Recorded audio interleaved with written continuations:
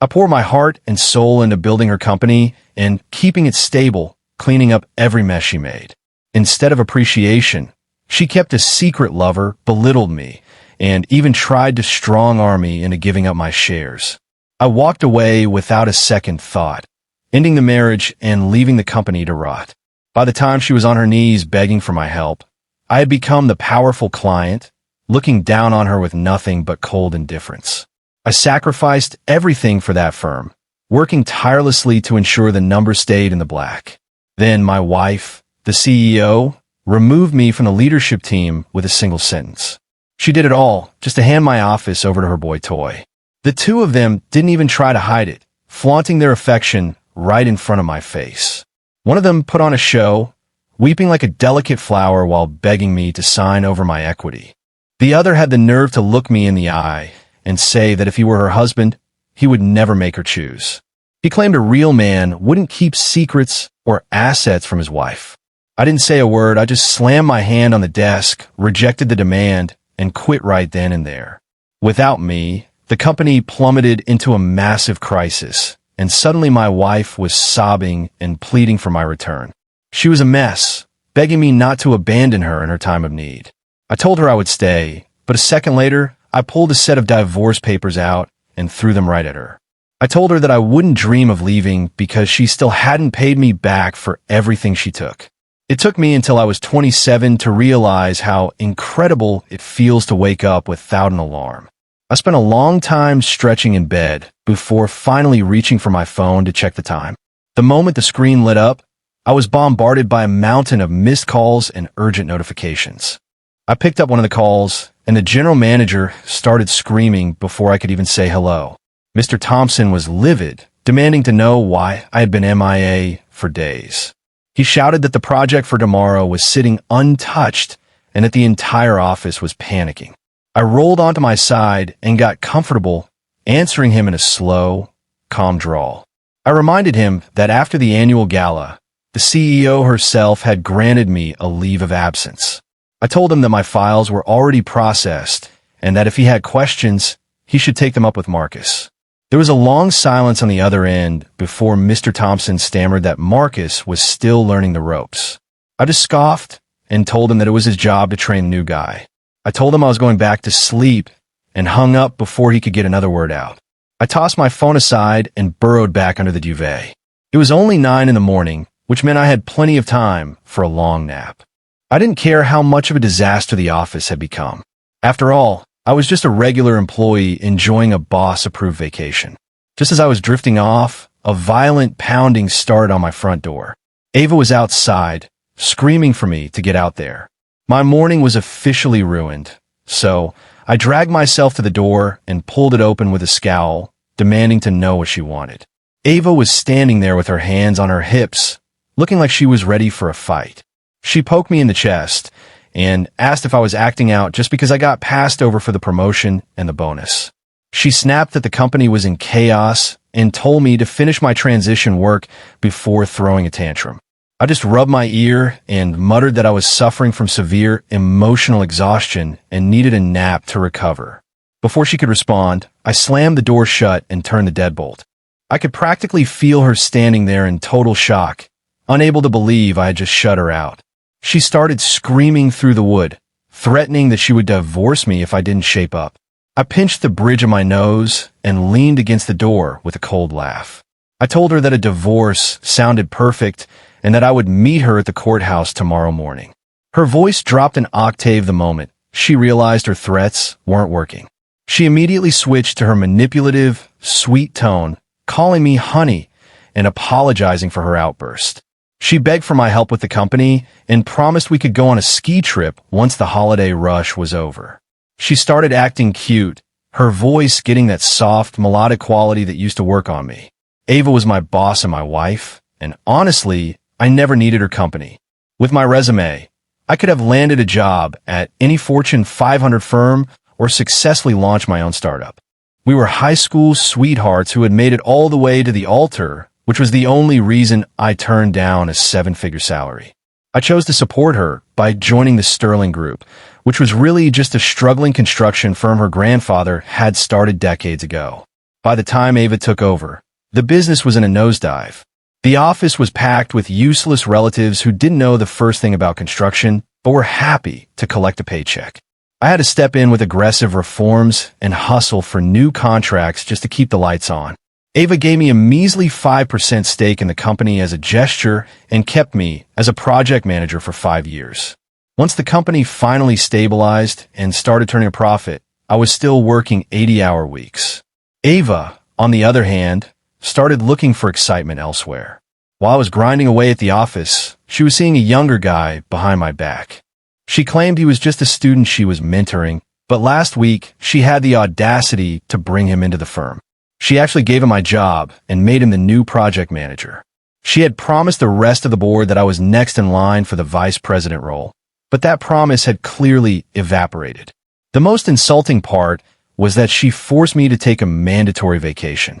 She was obviously just terrified that I would make a scene when I saw that kid sitting at my desk. Unsurprisingly, her new favorite had zero talent and managed to wreck a major project within days. It was a joke. I was expected to do the work while he collected the credit and the salary. I used to do it because I loved her, and later I stayed because I didn't want to walk away from my 5% stake and 5 years of sweat equity. Now, I was done with her and done with this company. I wanted to see if they could survive a single week without me steering the ship. The moment I walked through the front doors of the office, I was swarmed by employees. They were all talking at once, begging me to look at proposals and fix broken reports. I was completely over it and waved them back, telling them to give me some space. I had always been the guy who went the extra mile to help everyone out, but these people were clearly trying to dump their responsibilities on me. I pointed a finger at each of them as I spoke. I told the first guy that the meeting was already scheduled and they didn't need me to hold their hands. I told the second person that anyone could double-check data and they should quit if they couldn't handle basic tasks. Finally, I reminded the last one that I had already handed my duties over to Marcus and that they should go bother him instead of me. The people I called out just looked at the floor, too intimidated to argue. Just as I finished my rant, someone slipped a cup of water into my hand. I looked over and saw David, who quickly looked away and told me he was just there to deliver a report. He joked that I should keep yelling at the others, but please spare him. I gave him a small smile and patted his shoulder, telling him he was one of the few with a future here. I walked toward my old office with my arm over his shoulder while the other staffers scrambled to get out of my way. Nobody wanted to be my next target, except for Marcus, who was waiting for me inside. He had a fresh cup of coffee waiting for me the moment I walked in and started acting like we were best friends. He told me I looked exhausted and urged me to take a seat. I just held up my water cup and told him to stop staring at me, adding that he shouldn't be so quick to thank me for being there. I told him that I had made my position clear to Ava. I was there to supervise, not to do his job for him. I reminded him that we needed to keep our distance for professional reasons. Then I sat down and started playing games on my phone for an hour until he finally hit his breaking point. He eventually asked if I could review his project proposal. I took the tablet, scrolled through it for a few seconds, and gave him a wide, fake smile. I told him the entire thing was absolute garbage. I said that a chicken pecking at a keyboard covered in seeds could have produced something more coherent. I asked him why he was budgeting $200,000 for a project that clearly cost $500,000. I mocked him by asking if the client was his long-lost father or if he planned to pay the difference out of his own pocket. I spent the entire day tearing him apart until he finally snapped under the pressure. This grown man in his 20s actually started tearing up and ran out of the room like a child. When he finally returned, he had Ava with him. She looked furious and immediately started laying into me for being difficult. She told me she knew I had a problem with Marcus, but reminded me that he was a fresh graduate with no experience. She said that as his senior, it was my responsibility to mentor him. She pointed out that this was a major year-end project and that finishing it was in everyone's best interest. She reminded me that as a shareholder, any delay would directly impact my own dividends. I just leaned back in my chair and scrolled through my phone, giving him a bored look. Marcus, despite being much taller than Ava, was literally hiding behind her while shooting me dirty looks. I asked her to get to the point. Ava cleared her throat and gave me two options. Either I do all of Marcus's work for him until he learns, or I sign over my shares in exchange for a guaranteed monthly salary. I tossed my phone onto the desk and stood up, slowly clapping my hands. I told her that her audacity was truly impressive. Then I asked if she had forgotten that she was the one who insisted I take those shares as a symbol of us being partners in both life and business. I asked if she was already planning to replace me with her new partner on that front. I told her that while she pretended the company needed me, she was really just trying to figure out how to remove me as an obstacle. I told her that her plan was as transparent as it was pathetic. They both looked rattled once I called them out. Ava glared at me and told me that since it was her company, I had no right to tell her how to run it. Marcus jumped in to add that while I had been useful in the past, I was still just a mid-level manager and should probably learn my place. Marcus claimed that Ava needed 20% of the company to fend off her cousin Derek's takeover attempt. He said that if he were her husband, he would have handed over his shares long ago to protect her. Ava actually started tearing up at his words, looking at him like he was her hero. She looked at Marcus with pure devotion and sobbed that he was the only one who truly understood her. It was the most pathetic display of sycophancy I had ever seen. They were staring into each other's eyes so intensely that I had to cough loudly just to remind them I was still in the room. I asked them if they had forgotten I was standing right there. I told Ava I wasn't stupid and that I had known about her affair for a long time, but I wasn't about to play the role of the submissive husband. I offered to sell my shares on the condition that we got a divorce and I never had to deal with their drama again. Marcus couldn't hide the excitement in his eyes as he pulled Ava into the hallway to talk. When they returned, Ava had shifted back into her manipulative mode, her voice sickeningly sweet. She told me she understood I was upset and offered to pretend our previous conversation never happened. She told me she was only looking out for my best interests and encouraged me to look toward the future. She suggested I take the rest of the day off and report to a new department tomorrow, claiming that a man of my talent would rise to the top again in no time. I didn't even know how to respond to that level of delusion. I wondered where she had picked up that corporate doublespeak. One day, she was telling me I was incompetent to justify my forced leave, and the next she was acting like my mentor. I was done talking, so I just turned around and walked toward the exit. I told her to check the documents I left on her desk. They were my formal resignation and a set of divorce papers. I went home and packed a bag, ready to leave that life behind for good, when my phone started ringing with a call from a major client. Mr. Henderson told me he had heard the news and congratulated me on finally leaving that sinking ship. He offered me a senior management role at his firm on the spot. I thanked him for the offer, but explained that I needed to head back to Chicago to visit my family first. He agreed that it was about time, noting that I hadn't been home in 5 years.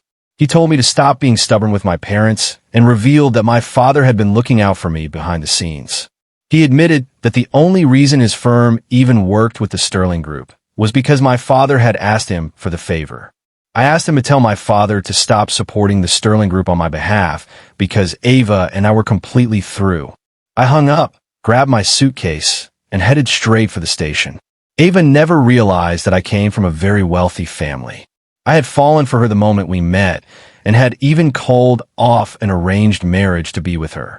My father was so furious that he threatened to disinherit me. I was young and stubborn back then, so I moved out and spent years struggling to make it on my own. When I arrived home, I went straight to my parents with gifts and a humble apology. It took a while, but they eventually softened up and welcomed me back. My mother hugged me and told me they knew everything that had happened, assuring me that my father would take care of the fallout. My father scowled and asked how I had allowed myself to be treated like a doormat for so long. I just shrugged and told him that I wasn't interested in fighting over scraps. I said that since Ava had made her choice, she could deal with the consequences on her own. Once things were settled with my parents, I packed my bags again and headed up to a ski resort in Aspen. I hired a private instructor and finally learned how to ski, something I had wanted to do for years. By the time I was comfortable on the Black Diamonds, 2 months had flown by. I finally powered on my phone and was immediately flooded with hundreds of notifications. The most recent was a voicemail from Ava pleading for me to come home so we could talk. I scrolled back through her history, seeing that her messages had started out as angry rants. Her early texts were full of venom, accusing me of abandoning the company when they needed me most and telling me never to come home. Then the tone shifted to pure confusion. She started asking why all of their biggest clients were suddenly pulling their contracts. She eventually accused me of sabotaging her behind her back and asked why I was being so cruel. Finally, the desperation set in, and she began to beg for a chance to talk. She clearly didn't realize that I could see right through her sudden change of heart. My parents had opposed our relationship from the start because they had done a background check on her family. The Sterling clan was huge, with dozens of relatives across 3 generations. They were all parasites, living off a struggling company that was barely keeping its head above water. Ava had a rough childhood as the only girl in a family that still believed only men should inherit wealth. Her grandfathers protected her majority stake, but that just made her the target of her cousin's resentment. They spent years trying to undermine her and force her out of the business. When I learned about her situation, I felt for her and vowed to clear her path. I took the heat for every tough decision and every relative I fired, which made me the villain in both of our families. Ava just stayed in the shadows, playing the role of the supportive wife while I fought all of her battles. Whenever I had a confrontation, she would step in afterward to play the peacemaker, making sure she remained the good guy while I was the shark. I was so blinded by love that I didn't see the manipulation until now. Thankfully, none of that mattered anymore. When I finally started working at the Harrison Group, my very first assignment was a potential partnership with the Sterling Group. I looked over at my father, who was calmly sipping his tea. He told me that since I had unfinished business with her, he thought he would give me the perfect opportunity to settle the score. 3 months after I'd walked out, I found myself back in the Sterling Group lobby. The place was a ghost town, with over half the desks abandoned and gathering dust. A new receptionist gave me a rehearsed smile and asked how she could help, so I told her I had an appointment with the CEO to discuss a new contract. Her smile faltered as she told me that Ava wasn't in the building. I acted surprised, noting that it was quite unprofessional for a CEO to disappear when a major client was visiting.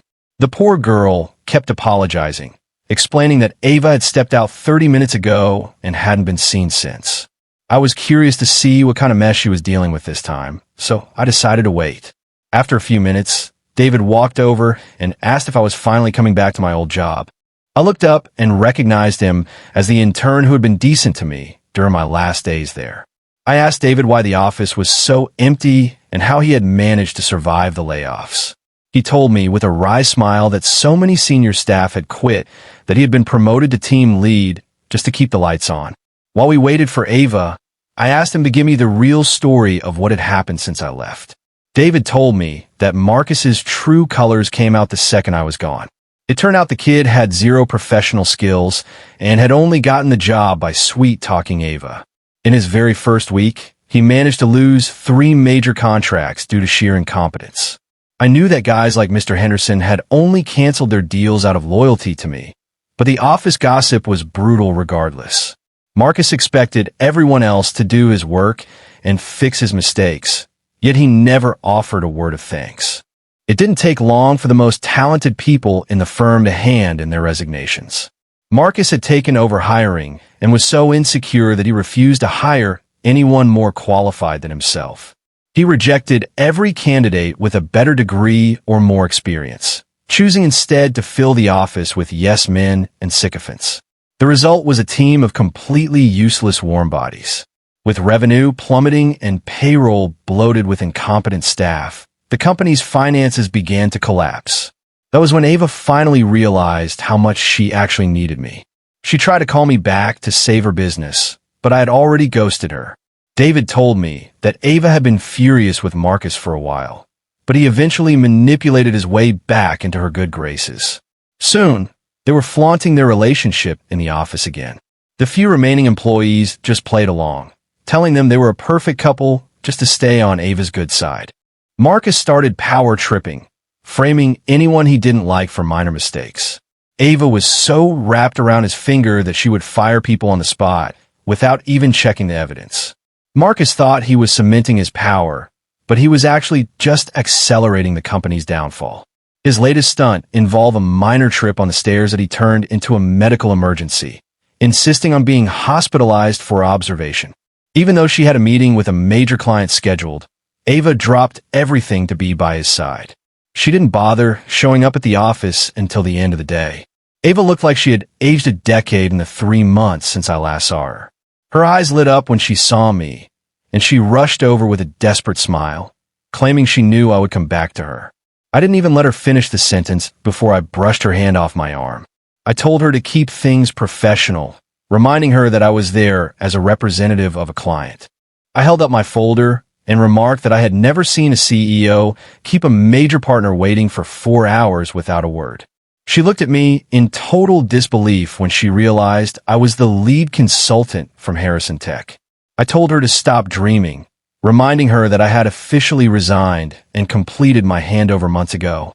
I informed her that based on the lack of professionalism I'd seen today, our firm would not be moving forward with the partnership. The reality that I was now in a position of power over her finally seemed to sink in. She grabbed my arm and started making excuses about Marcus's horrific fall, claiming his leg was nearly broken. I couldn't help but laugh at the absurdity of it. I told her that if it wasn't broken, it wasn't an emergency, and asked why a grown man needed his boss to hold his hand at the doctor's office. I asked her if she really thought Marcus's bruised ego was more important than a multi-million-dollar contract. She had no answer for that. I told her that I was willing to keep the negotiations open, but only if she agreed to come to the courthouse with me right now to finalize our divorce.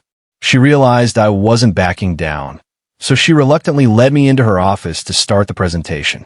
This contract was a lifeline that would have brought in 7 figures for her family. However, as she began her pitch, it was immediately clear that she had no idea what she was talking about. I sat there with my chin in my hand, giving her a skeptical look as I asked if Marcus was the one who prepared the bid. I pointed out that the measurements were so far off that a grade schooler could have done a better job. Her face went pale, and she stared at the documents in stunned silence. I stood up and told her the meeting was over, but she lunged forward to grab my sleeve. She looked desperate and had the nerve to ask if we could put the divorce on hold. I just laughed, wondering how she could possibly think that was a reasonable request. It was true that nobody in the office knew we were married.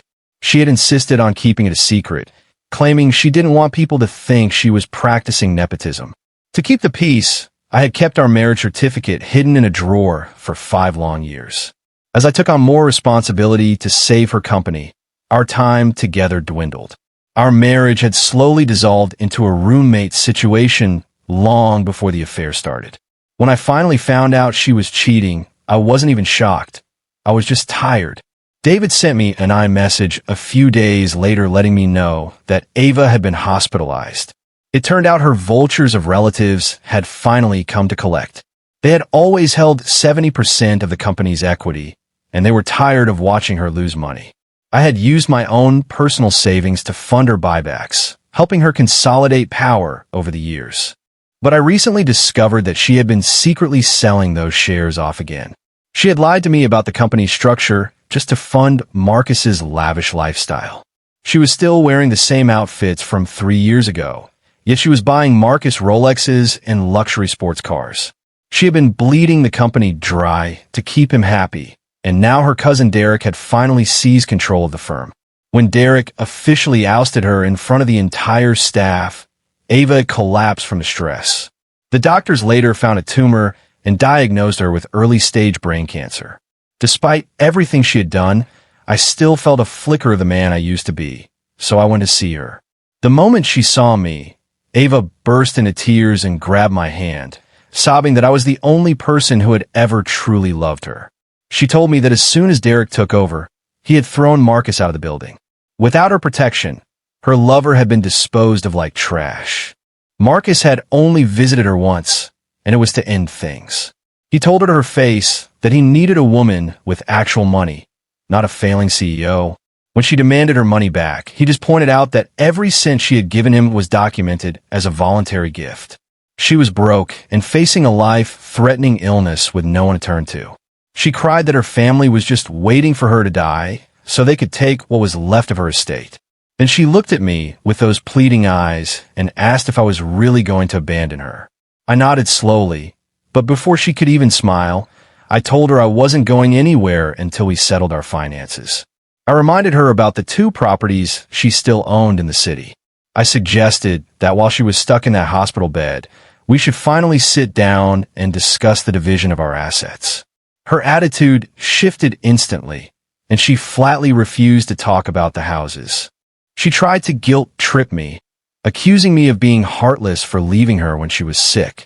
She threw my old vows back in my face, asking how I could possibly ask for a divorce from a woman fighting for her life. People in the hallway were starting to stare, and I could hear them whispering about what a monster I was for trying to leave my sick wife. Ava smirked, telling me that since I was still her husband, I had a legal and moral obligation to stay and care for her. I felt my temper rising, but I just gave her a cold, hard smile. I told her that if she wanted to play games, I was happy to play along. I promised to cover her medical expenses for now, but I made it clear that I would be back with a process server the moment she was stable. I told her we would see who had more stamina, then I turned and walked out of the room. By the next morning, I was the most hated man on the internet. Someone had filmed our argument and edited it to make me look like a villainous husband abandoning his dying wife. Within hours, my face and my personal contact information were trending on Twitter and TikTok. My phone was vibrating nonstop with death threats and insults. I looked at a few of them before simply turning the device off. I had multiple burner phones and several properties they didn't know about, so if they thought a few angry tweets were going to break me, they were sadly mistaken. My mother called to ask if she should use her connections to have the videos taken down. I told her to let it stay, saying I wanted the story to get as much attention as possible. I explained that the more people invested in this lie, the more satisfying it would be when the truth finally came out. Once she understood my plan, my mother actually spent money to boost the video's reach even further. It didn't take long for some vigilantes to spray paint my front door, but I didn't care. A few days later, Derek showed up at my house with a bottle of wine. I asked him if he was the one behind the viral video. Derek just laughed and said he had no reason to target me, especially since he knew I wasn't bothered by public opinion. He told me he had something much more valuable, proof of Ava's affair and her financial crimes that would make my divorce settlement very easy. I had already done my own research on Derek the moment he took over the company. He was an illegitimate son who had been ignored by the family until he became a successful businessman in his own right. He wasn't back to save the family legacy. He was using the Sterling Group as a pawn for his own corporate ambitions. Derek offered me a very fair price for my 5% stake, and we closed the deal quickly. Everything seemed to be settling down until an investigative blogger discovered my true identity. Suddenly, everyone knew that the deadbeat husband was actually the sole heir to the Harrison fortune. I released a formal statement through my family's foundation, along with the unedited footage from the hospital and evidence of Ava's long-term affair. The internet flipped in an instant, and the rage was now directed entirely at her. Even the people at the hospital who had defended her felt used and went back to her room to confront her. The backlash was so intense that Ava suffered another collapse, and the stress caused her tumor to grow. The doctors warned her that she was weeks away from losing her sight if she didn't have surgery immediately. Terrified and alone, she called me one last time, promising to sign the papers if I just stayed with her through the procedure. I agreed to her terms, but 2 days before the surgery, I got a call from the police. Ava had been found at the bottom of a staircase with a severe head injury. The moment she regained consciousness, she started screaming that someone had tried to murder her. The hospital security footage showed a masked figure deliberately pushing her down the stairs. When the detectives interviewed her, she looked them in the eye and told them she knew exactly who it was. She named me as the primary suspect, claiming I was trying to get out of the medical bills. As it turned out, I did recognize the person in the video, but it wasn't me. Even with the mask, I knew that gait and those clothes anywhere. It was Marcus. When the police picked him up, he broke down immediately and confessed, hoping that a full cooperation would save him from a maximum sentence. The full story came out in the interrogation room. Derek had been helping Ava sue Marcus to recover the stolen funds. and he had also tipped off the husband of the new woman Marcus was seeing. That husband was a powerful man who had Marcus publicly humiliated and beaten in the middle of the city. Between the lawsuits and the public shaming, Marcus had lost everything and was facing years of debt. He blamed Ava for his downfall and decided that if his life was ruined, hers should be too. He was ultimately sentenced to 6 years in state prison for the assault. Ava's surgery was a complete success, and the doctor said she would live a long, healthy life. We met one last time on the day she was discharged to finalize our divorce at the courthouse. As we walked out of the building, she looked at me with a hollow expression and asked if I ever planned on getting married again. I just tucked the final decree into my jacket pocket and told her that I hadn't really thought about it. I said that if I found someone worth my time, I might try again, but I was also perfectly happy being on my own. I reminded her that with my family's wealth, I didn't exactly have to worry about the future. She started crying again, complaining that I had always been too detached and focused on work. She claimed that she only started the affair to get my attention because I had become so distant. She said that Marcus had made her feel worshipped, which was all she had ever wanted from me. I gave her a long look and told her that none of that mattered anymore. I admitted that I probably wasn't a perfect husband, but I pointed out that I was the one who had stayed loyal until the end. I told her that our lives were now separate and wished her a good life before walking away. I never told her about the nights I spent wondering where we went wrong or the times I cried in my car after a long day of fixing her mistakes. I was done looking back. Losing her didn't feel like an end. It felt like a beginning, and I was excited to see the rest of the world on my own terms. When James walked away, he showed us that true victory is not found in revenge, but in the journey of rediscovering who you truly are. You are the source of your own radiance, and once you reclaim that light, others fade into the shadows while you remain as brilliant as ever. Walking away from a relationship that causes you to wither is the most profound form of self-love that anyone can practice.